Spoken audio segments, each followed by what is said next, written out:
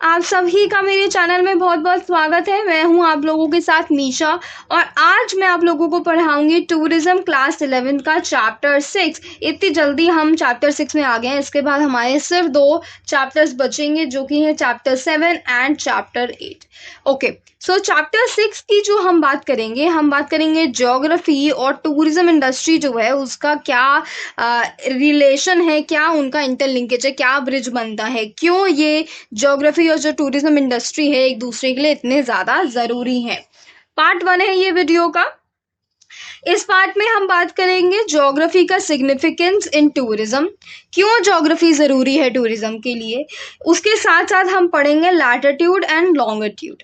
अब ज्योग्राफी की जब हम बात करते हैं तो ज्योग्राफी आपने 9th एंड 10th में पढ़ी होगी, तो इस वाले पार्ट में जो भी हम बात करेंगे वो बेसिकली आपका रिविजन होना चाहिए, क्योंकि हम इसको आप इसको पढ़ चुके हैं पहले ही 9th-10th में, तो इतना समझने में आपको कोई दिक्कत नहीं होनी चाहिए।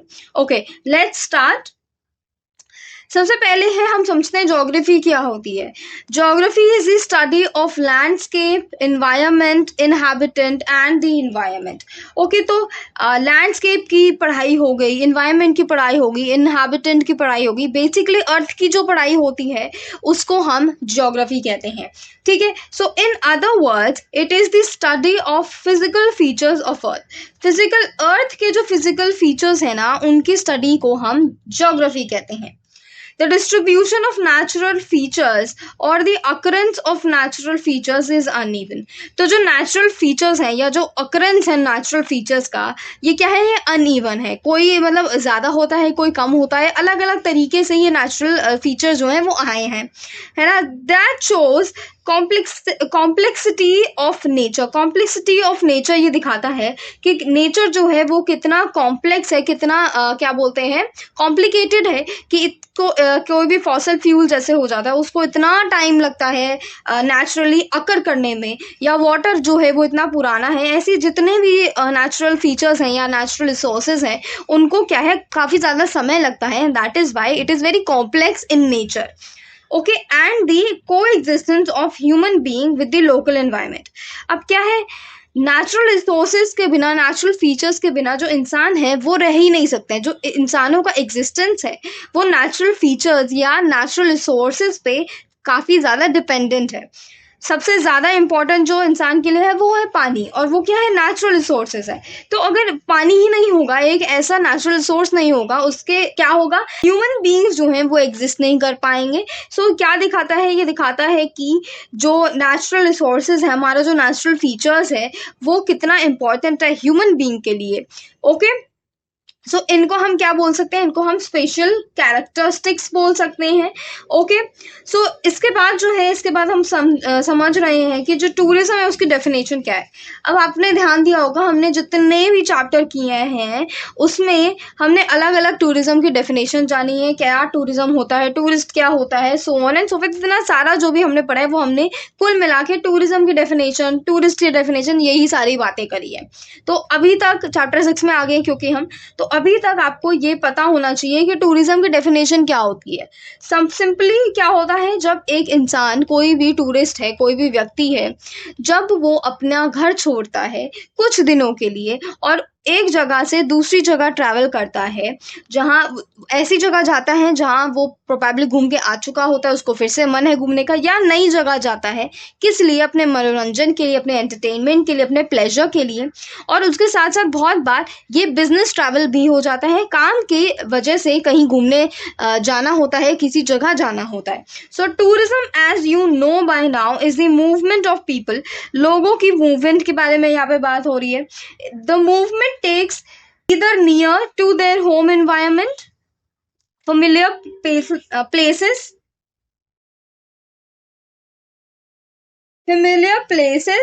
or strange places, unknown destination और न्यू एरियाज। ठीक है, मूवमेंट ऑफ पीपल की ये बात करता है। टूरिज्म बताता है कि कैसे एक जगह से दूसरी जगह लोग ट्रैवल करते हैं, चाहे वो उनके घर के पास हो या दूर हो या फेमिलियर हो या नई जगह हो, कोई नया एरिया हो, किसी भी वजह से जो लोगों की मूवमेंट होती है एक जगह से दूसरी जगह, उसको हम टूरिज्म कहते हैं।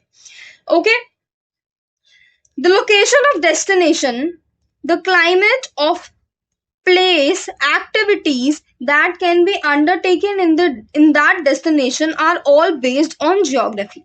So देखो, कोई भी जगह है, उसकी लोकेशन हो गई, उसका क्लाइमेट हो गया, उसकी एक्टिविटीज हो गई, ये सारी चीजें किस चीज पे बेस्ड है? ज्योग्राफी पे बेस्ड है. हम लोकेशन, ऑब्वियसली बात है, हमें कोई जगह चाहिए, दैट इज अगेन ज्योग्राफी. जगह होगी तभी आप घूमने जा पाओगे. जब जगह होगी तो वहाँ पे उसका क्लाइमेट भी होगा. किसी जगह पे सर्दियाँ होंगी, किसी पे गर्मियाँ होंगी, ऐसे करके क्लाइमेट होगा अगर कोई भी जगह है. और उसके साथ साथ अगर क्लाइमेट है तो उस क्लाइमेट को देखते हुए एक्टिविटीज़ होंगी. जैसे सर्दियाँ हैं तो स्कीइंग होगी, समर्स है तो यू कैन गो सर्फिंग. अगर बीचेस की जगह है तो सर्फिंग कर सकते हो, रिवर्स की जगह है तो आप क्या है, राफ्टिंग वगैरह कर सकते हो. ये सारी चीज़ें क्या है, ये सारी ही ज्योग्राफी पे बेस्ड है. एंड दैट इज़ वाई जो ज्योग्राफी है वो काफ़ी ज़्यादा हमारी इम्पॉर्टेंट है. आगे चलते हैं. आगे हम बात करेंगे जो है ज्योग्राफी, उसका क्या सिग्निफिकेंस है टूरिज्म में. So study of geography gives us the true picture of the environment we live in. तो जब हम ज्योग्राफी पढ़ते हैं तो हमें क्या मिलता है, हमारे एनवायरनमेंट की एक ट्रू पिक्चर मिलती है. हमें समझ आता है कि हमारी आसपास की जो जगहें हैं वो कैसी हैं, वहाँ पे कैसा क्लाइमेट हो गया, बाकी जितनी भी सारी चीज़ें हैं वो हमें ज्योग्राफी से पता चलती हैं.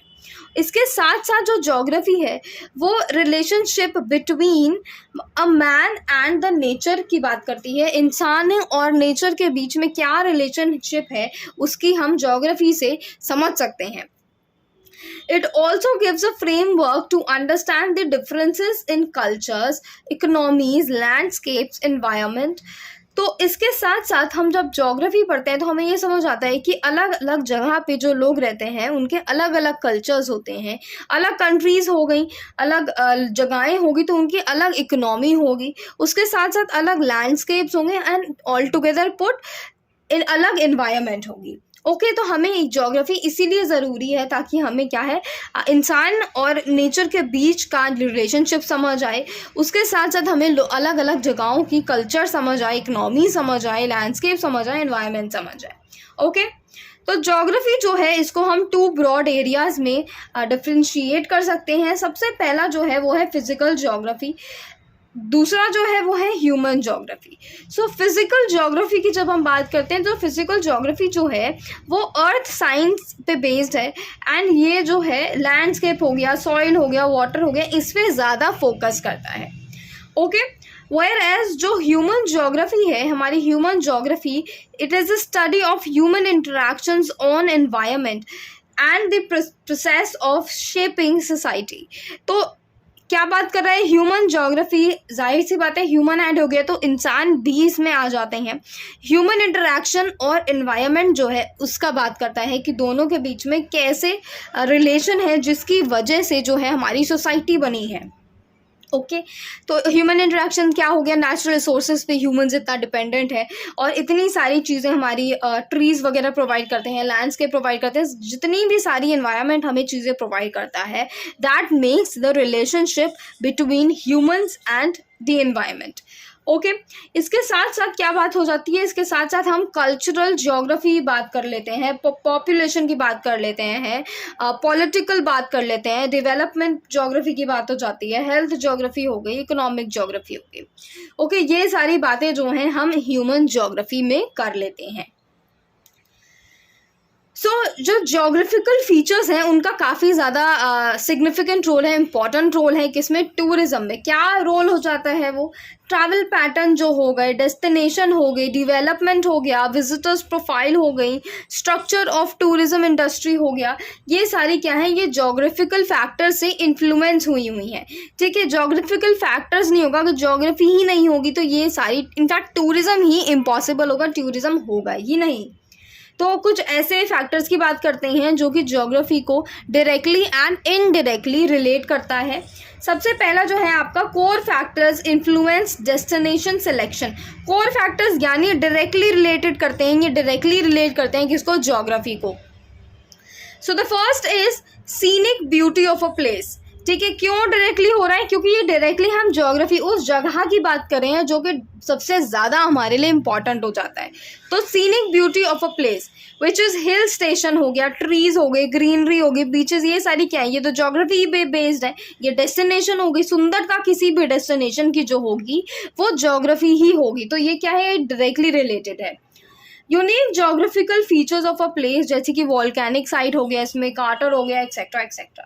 डिस्टेंस हो जाता है इसमें, एक जगह कोई भी डेस्टिनेशन जाने के लिए, एक जगह जाने के लिए कितना डिस्टेंस लगेगा वो ज़्यादा ज़रूरी हो जाता है, वो जानना हमारे लिए ज़रूरी है, राइट? नहीं, अगर हम पता ही नहीं होगा कितना डिस्टेंस है तो हम उस जगह पे पहुँचेंगे कैसे, है ना? बहुत बार क्या होता है, टूरिस्ट डिस्टेंस को देख के ही प्लान कैंसिल भी कर देते हैं। तो that is Y distance is very important. उसके बाद जो लास्ट पॉइंट है, 4 पॉइंट है इसमें, याद रखना। सो लास्ट पॉइंट जो है वो है demographic features in the destination, around the destination. For example national parks हो गए, इसमें वाइल्ड लाइफ सेंचुरीज होंगी, ये सारी चीज़ें क्या है? डेमोग्राफिक फीचर्स हो जाती हैं। देन कम्स, हमने डायरेक्टली जो है उनकी तो बात कर ली है, जो डायरेक्ट हमारा ज्योग्राफी से रिलेट करते हैं उनकी बात करी। इसके बाद हम बात करेंगे अदर फैक्टर्स जो कि इनडायरेक्टली रिलेट करते हैं ज्योग्राफी से। Okay, that is political environment. किसी भी कंट्री की पॉलिटिक्स कैसी है वो इन्फ्लुएंस कर देती है, कैसे? इनडायरेक्टली। सोशल डेवलपमेंट हो जाता है इसमें, development of tourism related infrastructure हो गया, होटल्स हो गए, रिजॉर्ट हो गए, रेलवे लाइन हो गई, एक्सेट्रा एक्सेट्रा एक्सेट्रा।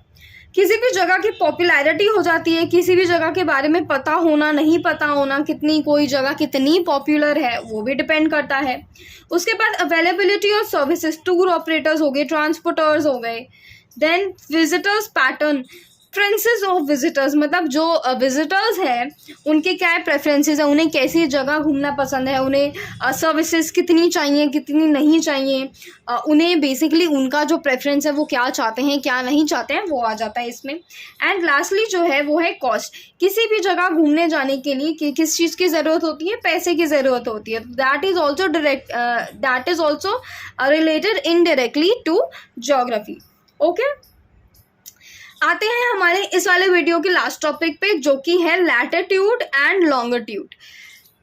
आगे जो हम टॉपिक पढ़ने वाले हैं पार्ट 2 में, उसके लिए ये समझना बहुत ज़रूरी है। ऑल्दो 9th-10th में आप लोगों ने ये पढ़ा होगा, तो आई एम होपिंग कि आपको ये समझने में इतना ज़्यादा दिक्कत ना हो। लैटिट्यूड एंड लॉन्गिट्यूड जो है ये 2 फंडामेंटल कॉन्सेप्ट हैं जब हमें लोकेशन फाइंड करनी होती है अर्थ में। कोई भी लोकेशन जब हम अर्थ में फाइंड करेंगे तो हमें लैटिट्यूड एंड लॉन्गिट्यूड की सबसे ज़्यादा ज़रूरत होती है, and that is why they are very important.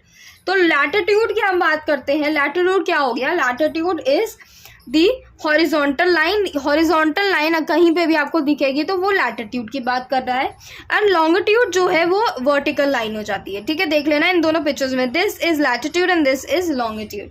So let's talk about latitude first. तो लैटिट्यूड जो है ये स्पेसिफाई करता है north and south point of the destination by taking position from equator 0 degree. अब हमें क्या दिख रहा है इस पिक्चर में? लैटिट्यूड हमें दिख रहा है, दिस इज, ये वाला जो अर्थ है इसकी हम बात कर रहे हैं। तो सबसे ऊपर जो है हमें नॉर्थ दिख रहा है, नीचे जब हम देखेंगे तो साउथ है, एंड बीच में जो है वो इक्वेटर है। इक्वेटर हमेशा 0 डिग्रीज पे होता है, नॉर्थ जो है वो हमेशा 90 डिग्रीज पे होता है, जो कि यहाँ पे लिखा भी है, दिस इज 90 डिग्री, एंड जो साउथ है वो -90 डिग्री पे होता है, लाइक दिस। ओके, यहाँ पे आपके लिखे भी हुए हैं plus and minus. All the latitude lines circle parallel to earth.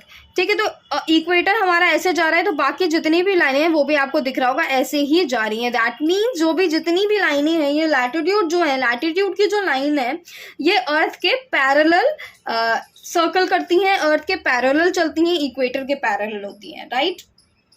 So all the latitude line circles parallel to earth. Okay, इनको हम क्या बोल सकते हैं? पैरेलल ऑफ लैटिट्यूड भी बोल सकते हैं। The latitude of north pole is 90 degree. मैंने बताया अभी 90 डिग्री नॉर्थ होगा, एंड नीचे जब हम जाएंगे तो साउथ हमारा 90 डिग्री हो जाएगा। North pole and south pole denote the points and not circle from the equator to north pole. Okay, इसका जो डिस्टेंस है पूरा कुल मिला के है 10,000 kilometres and 1 degree of latitude is 1 kilometres. Okay, latitude में और सारे चीज़ें आ जाती हैं, उनकी हम बात करते हैं। सबसे पहला जो है वो है इक्वेटर। तो इक्वेटर क्या है, दोनों ही जो पोल्स हैं हमारी, नॉर्थ पोल हो गई साउथ पोल के बीच में पड़ता है जो कि 0 डिग्री होता है। क्या लिखा है, midway between 2 poles. This divides the earth into 2 hemispheres, that is the northern hemisphere and the southern hemisphere।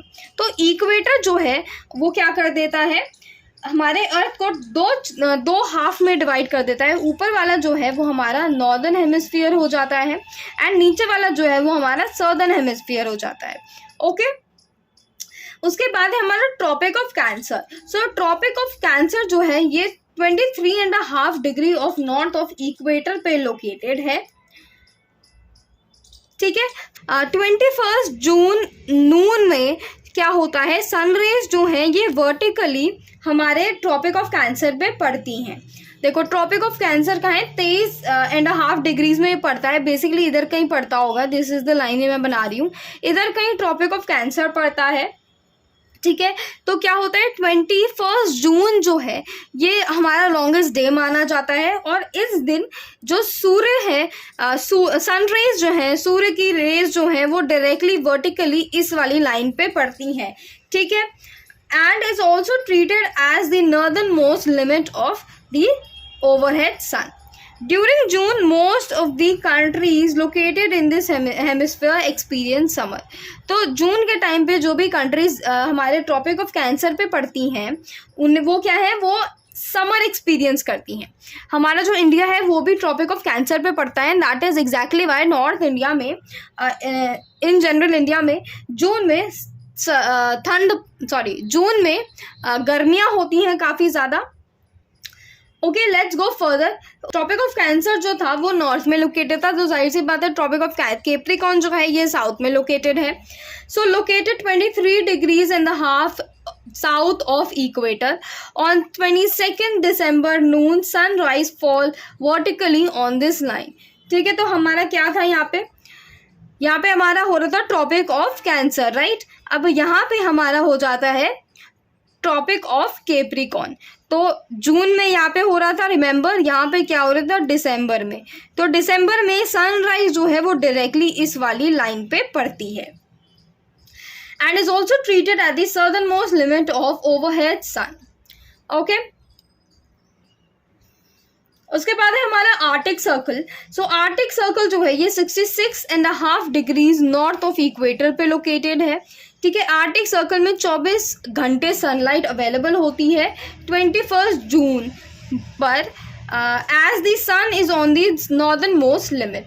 So 21 June को 24 आवर्स सनलाइट होती है आर्टिक सर्कल के ऐसे इस लोकेशन पे। एंटार्क्टिक सर्कल की हम बात करते हैं 66.5 degree south of equator, 24 hours sunlight is available on 21 December as the sun is on the southern most limit. तो आर्टिक सर्कल में क्या हो रहा है, 21 जून में 24 आवर्स सनलाइट रहती है। आर्टिक सर्कल में 21 दिसंबर में 24 आवर्स सनलाइट रहती है। नॉर्थ पोल की हमने बात करी थी अभी, नॉर्थ पोल फिर से हम पढ़ लेते हैं। It is the northern most point of earth which is located at 90 degrees of equator. Okay, south pole की हम बात करते हैं। South pole is the southern most point of earth which is located at 90 degrees of south of equator. Okay, ये सारे जितने भी point हैं ये हमारे लैटिट्यूड में आ जाते हैं। 7 पॉइंट हो जाते हैं जो लैटिट्यूड के अंदर आते हैं। तो आपसे अगर पूछा जाए लैटिट्यूड क्या है, अगर 1 मार्क या 2 मार्क में आए तो आप सिर्फ लैटिट्यूड बताना। अगर 3-4 नंबर में आता है तो लैटिट्यूड के साथ इसके जितने भी 7 पॉइंट हैं वो लिख देना, ईजी है। ओके, इसके बाद जो है हमारा लास्ट टॉपिक बच रहा है, दैट इज लॉन्गिट्यूड। लॉन्गिट्यूड की हम बात करते हैं, अभी मैंने बताया था वर्टिकल लाइंस होती हैं लॉन्गिट्यूड। तो जो लॉन्गिट्यूड होता है ये east and west position of point on earth बताता है। कहाँ से, प्राइम मेरिडियन से, ranging from 0 degree at prime meridian to 180 degree eastward and 180 degree westward. देखो हमारा जो लॉन्गिट्यूड है ये वाले पे आ जाते हैं, हम ध्यान देते हैं। जैसे इक्वेटर हमारा मिड पॉइंट बन रहा था 0 डिग्रीज पे, वैसे ही प्राइम मेरिडियन जो है वो हमारा लॉन्गिट्यूड का मिड आ जाता है ये भी 0 डिग्री होता है। अब अगर मैं इरेज करती हूँ ये, एक second. Okay, so prime meridian हमारा क्या हो गया, 0 डिग्रीज पे हो गया। अगर हम लेफ्ट की तरफ जाते हैं तो हमारा पड़ता है वेस्ट, माइनस में रहेगा, ये याद रखना। जब हम राइट की तरफ जाते हैं तो हमारा ईस्ट पड़ जाता है। तो लॉन्गिट्यूड जो है वो हमारा क्या बता रहा है कि एक साइड जो है हमारी, अगर हम लेफ्ट साइड जाते हैं तो हमारा वेस्ट हो जाएगा, अगर हम राइट साइड जाएंगे तो हमारा ईस्ट हो जाएगा। तो ये क्या बता रहा है, west location and east location बता रहा है। जैसे कि लैटिट्यूड क्या बता रहा था हमारा, नॉर्थ एंड साउथ बता रहा था, वैसे ही लॉन्गिट्यूड जो है वो ईस्ट एंड वेस्ट बता रहा है। ठीक है, इसके साथ साथ क्या बता रहा है ये, इसके साथ साथ आपका जो डिग्री जाता है वो 0 डिग्री से 180 डिग्री जाता है। प्राइम मेरिडियन मिड पॉइंट है। एंड लॉन्गिट्यूड क्यों ज़रूरी है हमारा, ये हमारा टाइम कैलकुलेशन करने में हमारा लॉन्गिट्यूड बहुत ज़्यादा ज़रूरी होता है, जो कि हम आगे पढ़ेंगे। ठीक है, इसके अलावा जो है इस पार्ट में कुछ भी नहीं बता रखा है। याद रखना, यहाँ पे माइनस है, यहाँ पे प्लस है। लाइकवाइज नॉर्थ में प्लस आएगा, साउथ में माइनस आएगा। ठीक है, और लॉन्गिट्यूड क्या हो जाता है, longitude is the vertical line, Sidhi line जाती है, and latitude is the horizontal line. Okay, I hope आपको मेरा पढ़ाया हुआ समझ आता है। अगर आपको अच्छे से समझ आ रहा है तो आप लाइक, सब्सक्राइब, शेयर ज़रूर करिए, और उसके साथ साथ कमेंट भी अच्छा करिएगा। कोई क्वेरीज हो तो भी आप कमेंट कर सकते हैं। आई होप आपको ये अच्छे से समझ आए। एंड इसी के साथ अब मैं चलती हूँ। बाय बाय, टेक केयर, अच्छे से पढ़िएगा।